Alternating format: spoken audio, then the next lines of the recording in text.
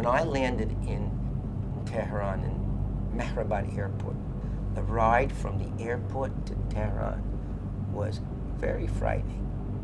Tanks were in the street. No one in the street. Quiet.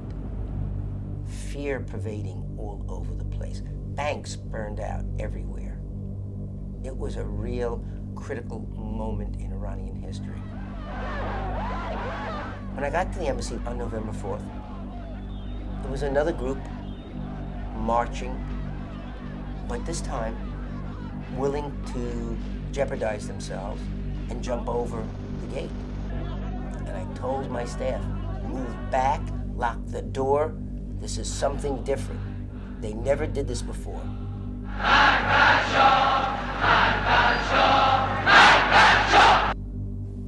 On the morning of November 4, 1979, a critical day, I had an appointment in the Foreign Ministry for a conversation about the future diplomatic immunity status of my entire embassy.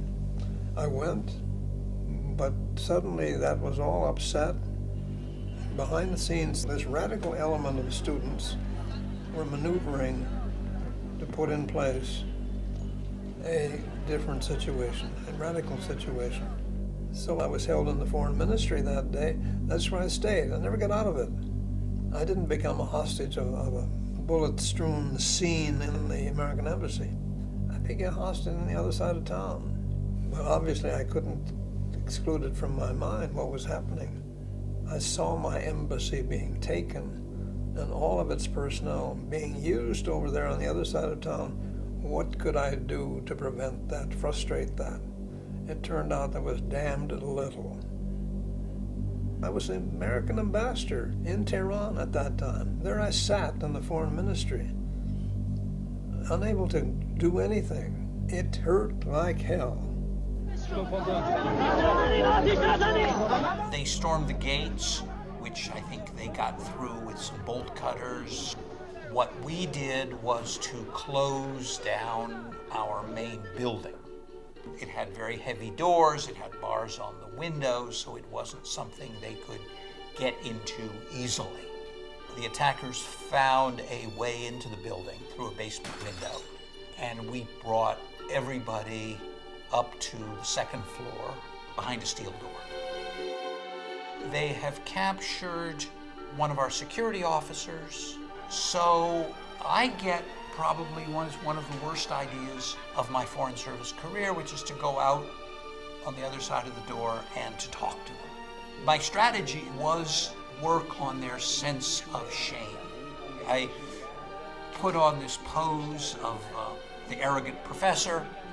They just took me, tied me up, and said that if the people behind the door didn't open the door in 5 minutes, they were going to shoot both of us, both me and the security officer.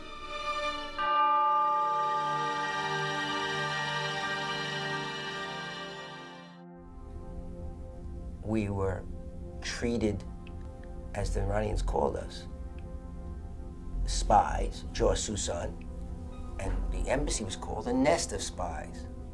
The situation got crazy. They started to destroy the furniture just to make a mess out of everything. In the main rooms of the embassy, we were all situated, facing the wall, tied up, not allowed to turn our heads or to look at anybody, but against the wall, and force-fed. That is, they'd open up some of our provisions and they'd feed us. No talking whatsoever. Your life and your priorities become much simpler and much more focused. And I had only one concern, and that was, I need to get out of here. If they wanted $24 billion, the Shah's money or ransom or whatever else it is, that was perfectly reasonable as well. If they wanted Henry Kissinger or Mother Teresa or somebody else, that was fine too. I couldn't care less. We would be sleeping at night. The guards would dress up in some sort of black uniforms, jump into our rooms as if they were some sort of invading group, pull us against the wall, have us stretch out our arms, put a gun right to our neck, and then just leave. The intent was to keep us frightened all the time, to make sure that we had no sense of ourselves. Life almost came to an end there. It really destroyed my sense of who I was. Yes, I'm Barry Rosen, and I look and act normal, but I have a lot of issues that one doesn't see externally. The Iranians did something to me that was worse than just beating me up. It was screwing with my mind and my body and my soul that will never leave me the rest of my life.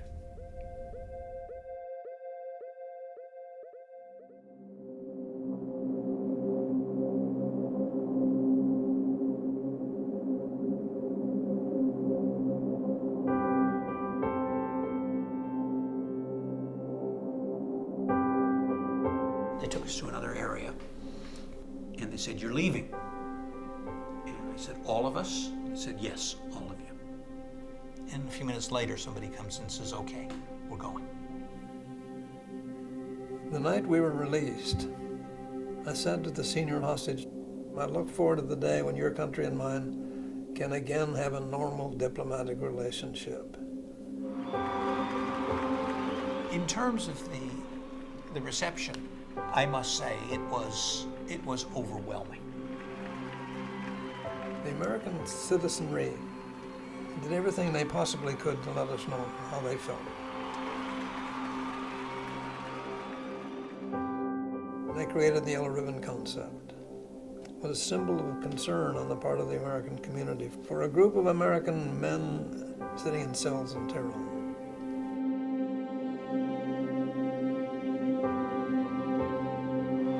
We had that magnificent embrace of love that the American citizenry gave to every one of us when we came home.